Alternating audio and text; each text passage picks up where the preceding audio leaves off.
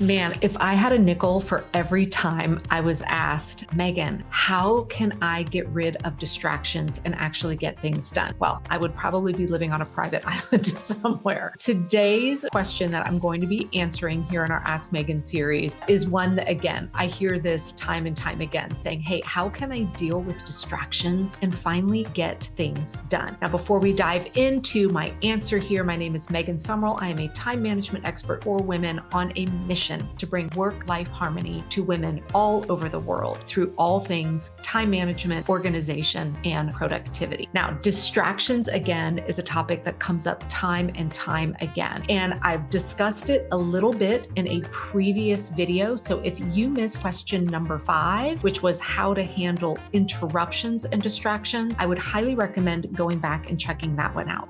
In this video today, I'm going to be tackling what I believe is the biggest, most number one source of distractions, which is technology. All right. And I'm going to be breaking down 2 different ways.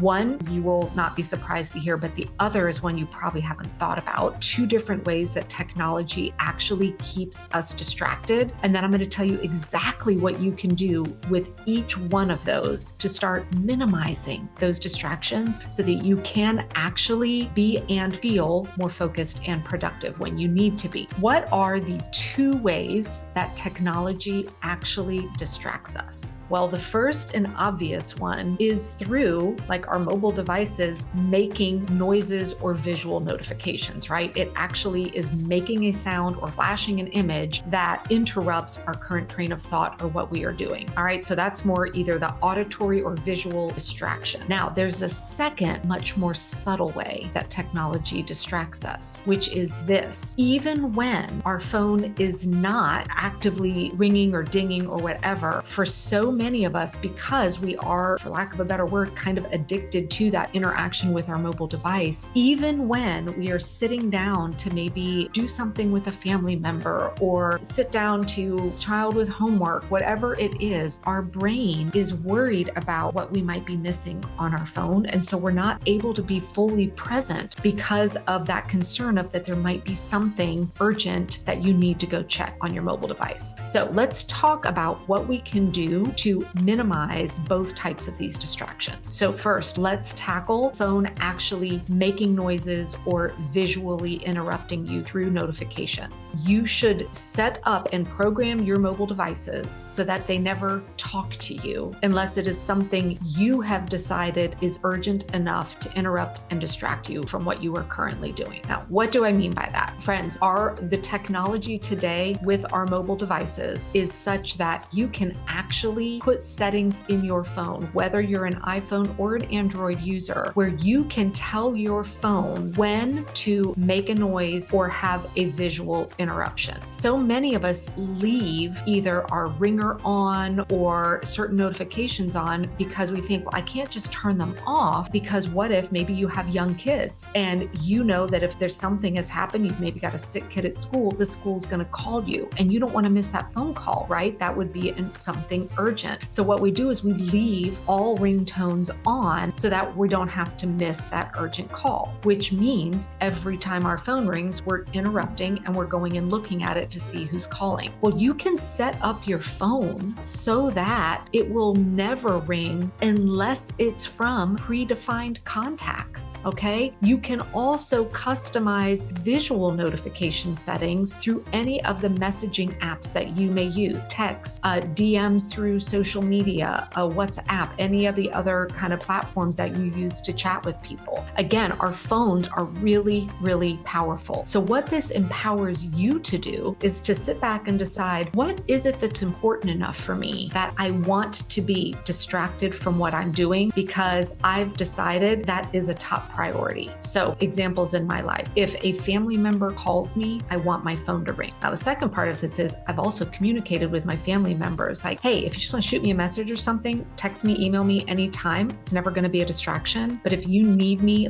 now, please call because it could be a while before I see and address any text messages coming in. Again, when my daughter was in actual building for school, she's homeschooled right now, we had it set up that if the school called, my phone would ring, right? So you can control these settings and you can even control them to have them change at different times of the day. So during certain parts of your day, you might allow certain notifications to come through and in others not. Now, there is tons of free how-tos on how to do this, right? You can just open up your favorite search browser and go start looking for how do I, set up and how do I control notifications with my type of device. If you want to see exactly how I set up my phone, I have an entire little mini training on it inside of my app. The app is called the Pink Bee. It's available both in Google Play and the App Store. Just search for the Pink Bee, and there's a bunch of different trainings in the app, and one of them shows you exactly how to set up your phone to minimize distractions. All right, so that is number one, and that is my absolute go-to to help decrease this constant distractings of visual and auditory notifications coming through from a technology standpoint. Now, let's talk about the second one that I mentioned, which is that kind of mental pull where we have a hard time focusing on what we're doing because we're worried about what might be happening, what we might be missing on our phone. So once you've done step one, which is programming your device so it only talks to you when you want it to, now the second step to this is going to aid with that mental load, that mental distraction, which is figuring out for yourself how many times a day, and this is going to be unique to and different for everybody because we all are in different roles. We use our mobile devices differently, but how many times a day do you feel that it is required of you to respond to any kind of a notification that comes through on your mobile device, whether it's email, text, DMs, etc. Really take time and think about how responsive do you need to be? Would the world come to an end if you stepped away for 90 minutes or 2 hours and did not answer any texts that came through during that window? And then because you've got those notifications set up, you know that if something urgent is going to come through, your phone will talk to you. You have to feel the need to check on it quite so frequent. And then you're going to establish set times during the day that you actually sit down, stand up, whatever, open up your mobile device and now go in and look for what messages, notifications, etc. have come through that I want to respond to.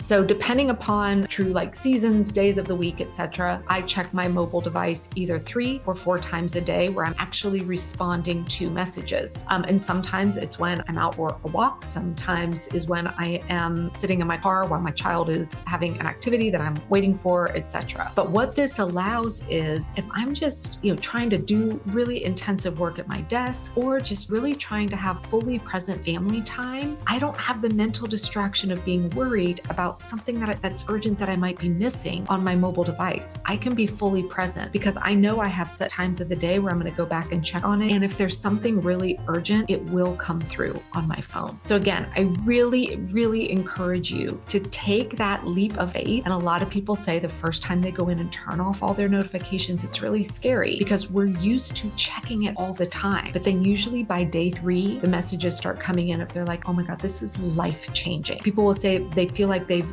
released a 100-pound weight from their shoulders, or they're noticing they're getting 10 times more done in every day because that distraction has been removed from their daily operations. So I can't wait for you to go give this a try and experience the freedom that comes with it.